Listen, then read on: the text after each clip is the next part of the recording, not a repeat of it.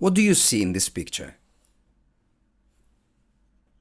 They are dressed for the wedding day, but more than the wedding, this was the day that we made a vow before God. This was more than a celebration, a dress and suit, than a picture. This was a day, 6th of July, 1991. We will celebrate the 35th anniversary next July. We committed an alliance before God. And when we face problems in our marriage, when we had our fights, which we have spoken about many times, I resorted to the day of the vow when Christiane, tired of my mistakes, of my way, because I didn't know how to be a husband, tired when we had been married for 12 years, she said, if it is to be married like this, I don't want anymore. So an anger arose because it's as if I was watching a movie in my own head, because I saw the same happening with my parents and that repeating in my life, and I was a pastor. The reason why I came to Jesus was to fight for the marriage of my parents, and my marriage now was being threatened. And anger came, and I said, don't say these words, we will not divorce, we will not separate.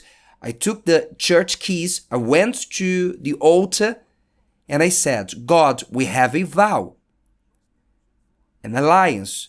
I went to Malachi 2:14, where God says that He was a witness. On the day of our wedding, God was a witness. So you, Lord, said you hate divorce. We made vows with you. If you don't help me, I will be a divorced pastor, which means I will lose my ministry. Then I found strength to fight for my marriage, to change what was killing my marriage. We found strength because of what happened that day, the day of that picture. That day, God was a witness. You who never got married, you never invited God to your wedding. You've never invited Him. God has never been a witness. You didn't call God to your wedding.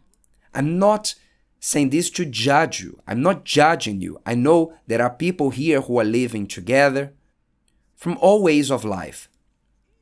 There are many situations here. What I'm telling you is for you to correct yourself.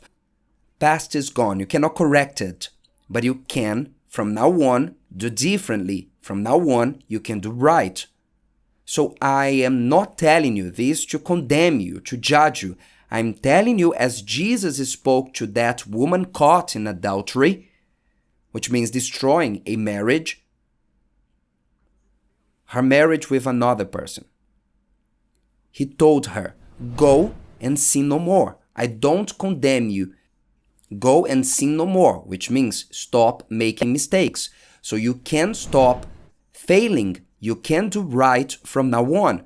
Because a matter about marriage is simple. Either you want to marry them or not. It's simple. If you want to be with them for the rest of your life, then you assume a commitment with them before God. You invite God to your wedding, invite Him to be a witness, make an alliance with Him before the altar and with that person. If you say, I don't want to be with this person, then it is a no. Yes, yes, no, no. Anything beyond that is just messing about.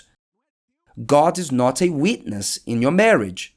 That is why there are so many marital problems. God's not a witness in their marriages. So if you want to walk correctly before God, assume them. Speak to your wife.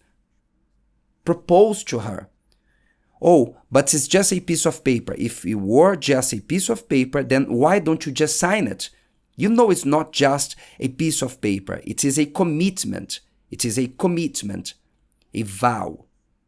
And this carries spiritual weight. It is so strong that God comes down to be a witness. It is so strong that he comes down to be a witness. When the couple are making vows before the altar, God himself comes down to hear what each one is saying to the other. This is so strong. And because people aren't respecting the seriousness of marriage, the world finds itself in the mess it is in. The breaking of a vow starts at home. And if it starts at home, what do you expect from society?